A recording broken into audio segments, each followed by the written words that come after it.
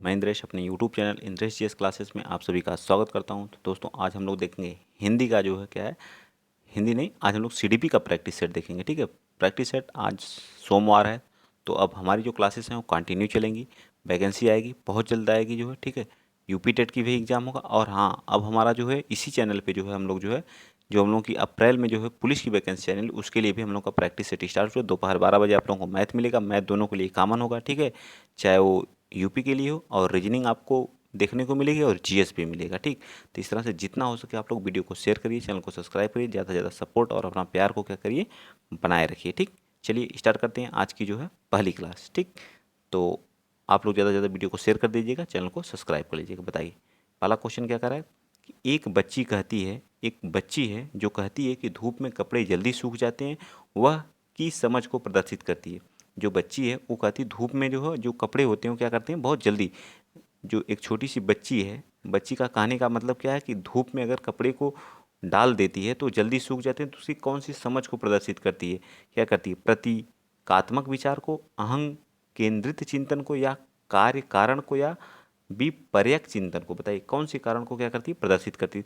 तो कार्य हो रहा और क्या हो रहा, कारण को प्रदर्शित कर रही है। ठीक है, कार्य और कारण को प्रदर्शित कर रही है। तो वह कार्य कारण की समझ को क्या कर रही है, प्रदर्शित, क्योंकि उसे कपड़े सुखाने के लिए तरीके का ज्ञान है। मतलब किस तरह से कपड़े क्या किए जाते हैं, सुखाए जाते हैं, उसे कार्य भी पता है और कारण भी पता है। ठीक है, तो इस तरह से इसका सी पार्ट क्या हो जाएगा, राइट आंसर हो जाएगा। ठीक, चलिए नेक्स्ट चलते हैं। क्वेश्चन नंबर 2 क्या कह रहा है कि जो पियाजी के अनुसार बच्चों का जो चिंतन वयस्क से में भिन्न होता है, बजाय कि जो पियाजे थे, जिन पियाजे ने चार अवस्थाओं को बारे में बताया था इन्होंने जो है, तो इन्होंने कुछ चिंतन वयस्क में क्या होता है, मात्रा में भिन्न होता है बजाय प्रकार में, या फिर प्रकार में भिन्न होता है बजाय मात्रा में, या आकार में भिन्न होता है या किस्म में।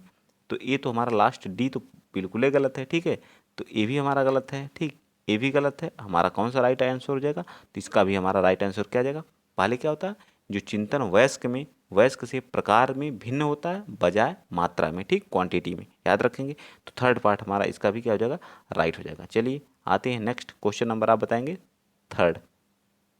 देखिए क्वेश्चन नंबर तीसरा क्या कर रहा है। क्वेश्चन नंबर तीसरा कर रहा है कि निम्नलिखित में से कौन सा एक आधारभूत सहायता का उदाहरण है। बताइए जो आधारभूत एक सहायता का उदाहरण कौन सा, अनुबोधन और संकेत देने तथा नाजुक स्थितियों पर प्रश्न पूछना, या फिर जो है विद्यार्थियों को प्रेरित करने वाले भाषण देना, या फिर जो प्रश्न पूछने को बढ़ावा दिए बिना जो स्पष्टीकरण देना, मूर्त और अमूर्त दोनों प्रकार के क्या करना, उपहार देना। बताइए मूर्त और अमूर्त दोनों प्रकार के, प्रत्यक्ष, मूर्त का मतलब प्रत्यक्ष, अप्रत्यक्ष दोनों प्रकार के क्या होते हैं, उपहार देना। यह हमारा राइट आंसर है। तो आप क्या हो जाएगा, अनुबोधन और संकेत देना तथा नाजुक स्थितियों में क्या करना, प्रश्न पूछना। ये हमारे सबसे क्या आधारभूत सहायता का क्या होता है, मूल उदाहरण होता है। ठीक है, तो चलिए आगे चलते हैं। क्वेश्चन नंबर फोर्थ बताइए, थोड़ा सा छोटा कर देते हैं ताकि चारों ऑप्शन आ जाए इसमें। ठीक, देखिए थोड़ा सा और कर देते हैं। हाँ, अब विजिबल है आपको। संज्ञानात्मक जो विकास होता है, संज्ञानात्मक विकास निम्न में से किसके द्वारा समर्थित होता है। बताइए किसके द्वारा क्या होता है, ज़्यादा समर्थित, जितना संभव हो उतनी आवृत्ति से संगत और सुनियोजित परीक्षाओं का आयोजन करना, ये है। या फिर जो उन गतिविधियों को प्रस्तुत करना जो पारंपरिक पद्धतियों को सुदृढ़ बनाती हों, या ए पार्ट, बी पार्ट राइट है। या एक समृद्ध और विविधतापूर्ण वातावरण उपलब्ध कराना, ये राइट है। या सहयोगात्मक की अपेक्षा क्या करा, व्यक्तिक जो है गतिविधियों गतिविधियों और क्या दिया हुआ है, एक मिनट इसको देख लेते हैं पूरा। गतिविधियों गतिविधियों पर अधिक ध्यान केंद्रित करना, तो ये सही है। तो ये भी गलत है हमारा, ये भी गलत है हमारा, ये भी गलत है हमारा। राइट आंसर कौन है, सी पार्ट हमारा क्या जाएगा, या थर्ड पार्ट हमारा क्या, एक समृद्ध और विविधतापूर्ण वातावरण क्या करना, उपलब्ध कराना हमारा सबसे सटीक आंसर होगा। ठीक, चलिए क्वेश्चन नंबर फिफ्थ बताएंगे आप। क्वेश्चन नंबर फिफ्थ देखिए क्या कर रहा है। क्वेश्चन नंबर फिफ्थ कह रहा है कि जो मानव विकास है क्या मात्रात्मक, गुणात्मक, या कुछ सीमा तक अप अमापनीय, या मात्रात्मक गुणात्मक दोनों। तो ये जो हमारा होता है यह मात्रात्मक भी होता है, मानव का जो विकास होता है वह मात्रात्मक भी होता है, और क्या क्वांटिटी में भी बढ़ता है और वेट में भी बढ़ता है। ठीक, मात्रात्मक और गुणात्मक दोनों होता है। तो इस तरह से इसका राइट आंसर हमारा क्या आ जाएगा, फोर्थ हमारा क्या आ जाएगा, राइट आ जाएगा। ठीक है, चलिए नेक्स्ट चलते हैं। क्वेश्चन नंबर 6 आप बताएंगे। क्वेश्चन नंबर 6 देखिए क्या कह रहा है कि निम्नलिखित में से परीक्षणों के गुण के संबंध में सही कथन कौन है। इनको क्या बताना है, कौन सा कथन हमारा इसमें क्या है राइट है, इसके बारे में क्या करना है बताना है। ठीक, तो ये कथन भी नीचे दिया गया है। ठीक, कौन सा इसमें से सही है इनको दिखाना। चारों कथन आप लोगों के सामने है, देख के आप क्या करेंगे बताएंगे। ऑप्शन यहाँ पे नीचे, ठीक है, नीचे देख लीजिए ऑप्शन, तो बताएंगे आप लोग कौन कौन से इसके सही हैं। ठीक, बताइए क्या कह रहा है। इन कह रहा है कि इन अंकन शीघ्रता एवं सुगमता से किया जाए। इनका अंकन मतलब एक वस्तुनिष्ठ परीक्षणों के गुण से संबंधित कौन से कथन, जो वस्तुनिष्ठ हमारे परीक्षणों के गुण से संबंधित कौन से कथन, तो ये बिल्कुल सही बात है। ये पार्ट हमारा बिल्कुल सही है। ये परीक्षकों के व्यक्तिगत प्रभाव से प्रभावित नहीं होते। बिल्कुल, जो हमारे वस्तुनिष्ठ जो ऑब्जेक्टिव टाइप के क्वेश्चन होते हैं जिससे ऑब्जेक्टिव परीक्षण करता है, इसमें परीक्षक का कोई जो है व्यक्तिगत प्रभाव नहीं डाल सकता। ठीक है, जो हमारे सब्जेक्टिव टाइप के क्वेश्चन होते हैं या सब्जेक्टिव अगर परीक्षण किया जाता है तो उसमें क्या होता है, एक टीचर का या परीक्षकों का क्या होता है उसमें व्यक्तिगत प्रभाव पड़ सकता है, लेकिन ऑब्जेक्टिव वाले में नहीं पड़ता है। ठीक है, आप लोग जो कम्पिटिटिव एग्जाम होते हैं तो उसमें कोई जो एग्जामिनर होता है जो चेक करता है तो उसका व्यक्तिगत कोई प्रभाव उस पर नहीं डाल सकता है। ठीक है, चलिए बताइए। वस्तुनिष्ठता के कारण ये अधिक जो है विश्वसनीय एवं वैध है। बिल्कुल सही है। तो इसमें हमारा कौन सा पहला भी सही है, सेकंड भी सही है और थर्ड भी सही है। तो इस तरह से देखते हैं हमारा कौन सा राइट हो जाएगा, देख लीजिए। तो इस तरह से हमारा क्या सेकंड पार्ट हमारा क्या होगा, बिल्कुल राइट हो जाएगा। ठीक है, सेकंड पार्ट हमारा क्या हो जाएगा, बिल्कुल राइट हो जाएगा। ठीक है, आई होप, मैं आशा करता हूँ कि सारी चीज़ें आपको समझ में आ रही होंगी। चलिए क्वेश्चन नंबर 7 बताइए। क्वेश्चन नंबर 7 क्या कर रहा है कि विद्यालय का कार्य होता है सांस्कृतिक का संरक्षण, सांस्कृतिक का परिष्करण, संस्कृति के नए प्रतिरूपों का निर्माण या उपरोक्त में से सभी। बताइए क्वेश्चन नंबर, 1 मिनट रुक जाइए थोड़ा सा आप लोग, 1 मिनट रुकिएगा। ये कौन सा क्वेश्चन नंबर हम लोग ऊपर देखे हैं, पाँचवा का राइट आंसर 4 था। ठीक है, उसके बाद छठा का हम लोग कौन सा बताएं, सेकंड है ना, छठा का सेकंड था। ठीक है, बिल्कुल सही है। और अब हम लोग क्वेश्चन नंबर 7 पे आ गए। बताइए क्वेश्चन नंबर 7 का राइट आंसर बताइए। क्वेश्चन नंबर 7 क्या कह रहा है कि विद्यालय का कार्य होता है सांस्कृतिक का संरक्षण, सांस्कृतिक का परिष्करण या सांस्कृतिक के नए प्रतिरूपों का क्या करना, निर्माण करना। तो इस तरह से तीनों हमारे क्या होते हैं, सांस्कृतिक का संरक्षण, सांस्कृतिक का परिष्करण और सांस्कृतिक के नए प्रतिरूपों का निर्माण, ये सभी हमारे विद्यालय के क्या होते हैं, कार्य होते हैं। तो डी पार्ट हमारा क्या हो जाएगा, राइट हो जाएगा। आइए चलते हैं नेक्स्ट क्वेश्चन नंबर, आप बताएंगे 8th। ठीक, आप लोगों को भरपूर समय दिया जाता है, आप क्वेश्चन को पढ़िए और क्वेश्चन का आंसर भी दिया करिए। जो प्राथमिक स्तर पर एक शिक्षक में निम्नलिखित में से किसे सबसे महत्वपूर्ण विशेषता मानना चाहिए, पढ़ाने की उत्सुकता को या फिर धैर्य और दृढ़ता को, शिक्षण पद्धतियों और विषयों के ज्ञान में दक्षता को, अतिमानक भाषा में पढ़ाने में दक्षता को। तो कौन सा इसका राइट आंसर हो जाएगा, तो इसका राइट आंसर हमारा क्या जाएगा, धैर्य और उसकी दृढ़ता को जो सबसे महत्वपूर्ण विशेषता मानी चाहिए एक प्राथमिक, एक प्राइमरी लेवल का जो शिक्षक होता है उसके लिए। ठीक है, तो इसका भी सेकेंड पार्ट हमारा क्या होगा, राइट होगा। ठीक, चलें आगे, चलिए बिल्कुल चलते हैं। बताइए अब, वह वह अवस्था जब बच्चा तार्किक रूप से वस्तुओं को क्या करता है, वस्तुओं व घटनाओं के विषय में चिंतन प्रारंभ करता है। संवेदी प्रेरक अवस्था। तो यह अवस्था जो होती है इसको किसने बताया था, 4 अवस्थाओं के बारे में जो है 4 अवस्थाओं का वर्णन कौन किया था, तो ये हमारे कौन थे, पियाजे साहब। ठीक है, जो 0 से 2 वर्ष होती है वह उसे बोलते हैं संवेदी प्रेरक अवस्था। ठीक है, औपचारिक संक्रियात्मक अवस्था जो होती है यह कितने से कितने वर्ष होती है, बताइए।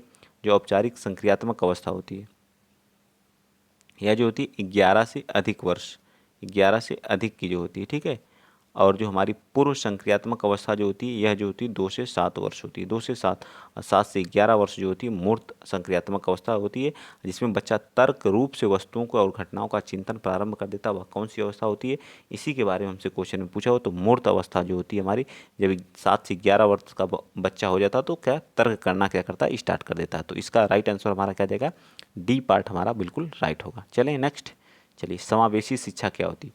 समावेशी शिक्षा बताइए। समावेशी का मतलब होता है सबका विकास, मतलब समावेशी शिक्षा में क्या होता है, जो विशेष बच्चे होते हैं वो भी, ठीक, विशेष बच्चे प्लस सामान्य बच्चे, सामान्य तरह के बच्चे, सबके लिए एक कक्षा क्या करना, एक एक कक्षा प्लस एक शिक्षा क्या करना, प्रोवाइड करना, ही हमारी क्या कहलाती है, समावेशी शिक्षा कहलाती है। हाशिए पर स्थित वर्गों से शिक्षकों को क्या करना, सम्मिलित करने से संबंधित होती है।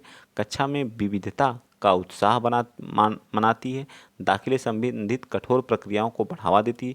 तथ्यों की जो है जो मतारोपण से संबंधित है। बताइए कौन सा राइट है, तो इसका राइट आ जाएगा सेकंड पर, कक्षा में विविधता का उत्सव क्या करती है, मनाती है। सबसे राइट आंसर हमारा क्या जाएगा, सेकंड इसका हमारा क्या होगा, राइट हो जाएगा। ठीक, चलिए चलते हैं नेक्स्ट क्वेश्चन नंबर 11 बताइए।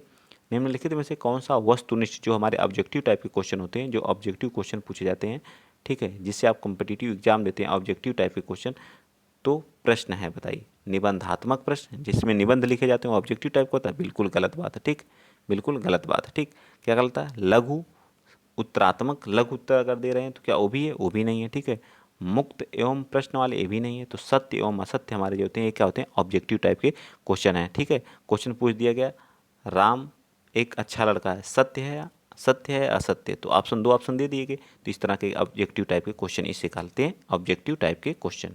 ठीक, इसको तो आप आराम से कर ले जाएंगे, सबको पता है। विकास का क्या अर्थ होता है, विकास जो हमारा होता है उसका अर्थ क्या होता है। ठीक है, विकास का अर्थ बताना आप लोगों को। तो विकास का अभिप्रेरण एवं अनुभव के फलस्वरूप होने वाली परिवर्तन का उत्तरोत्तर श्रृंखला। तो इसका राइट आंसर हमारा क्या जाएगा, थर्ड। जो अभिप्रेरण एवं अनुभव होते हैं, जो मोटिवेशन आपके अंदर होते हैं एवं अनुभव होते हैं, उसके फलस्वरूप होने वाली परिवर्तनों को हम लोग क्या कहते हैं, उत्तरोत्तर श्रृंखला में परिवर्तन को ही हम क्या कहते हैं, विकास का अर्थ होता है।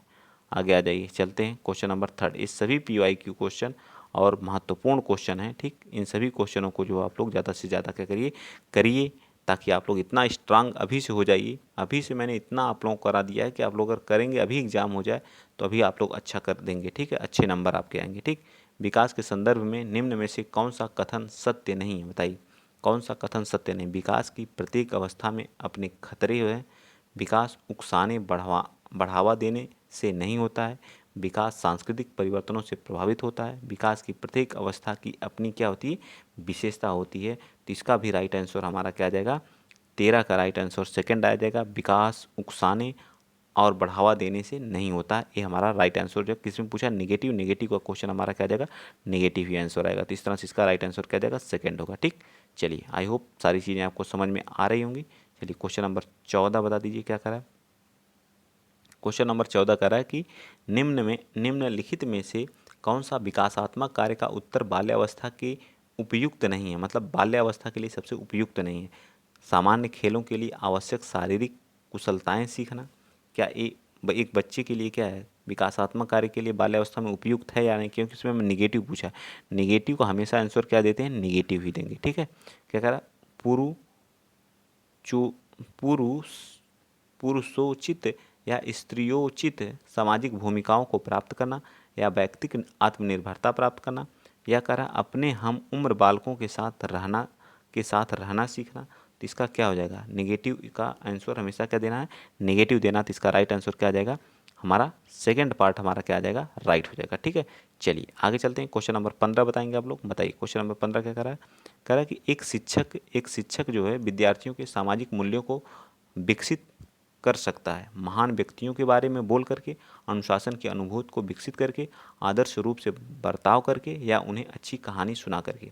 बताइए तो क्या करके कर सकता है, तो उन्हें क्या करता है, आदर्श एवं रूप को क्या करते हैं, बर्ताव करके। ठीक है, तो इसका भी राइट आंसर क्या आ जाएगा, सी पार्ट बिल्कुल राइट आंसर आ जाएगा। ठीक है, तो आज थोड़ी सी टेक्निकल प्रॉब्लम की वजह से आज इतनी बड़ी क्लास रहने देते हैं। ठीक है, लाइट नहीं आ रही है, इस वजह से आज इतनी बड़ी क्लास। आज के लिए इतना ही। जय हिंद, जय भारत।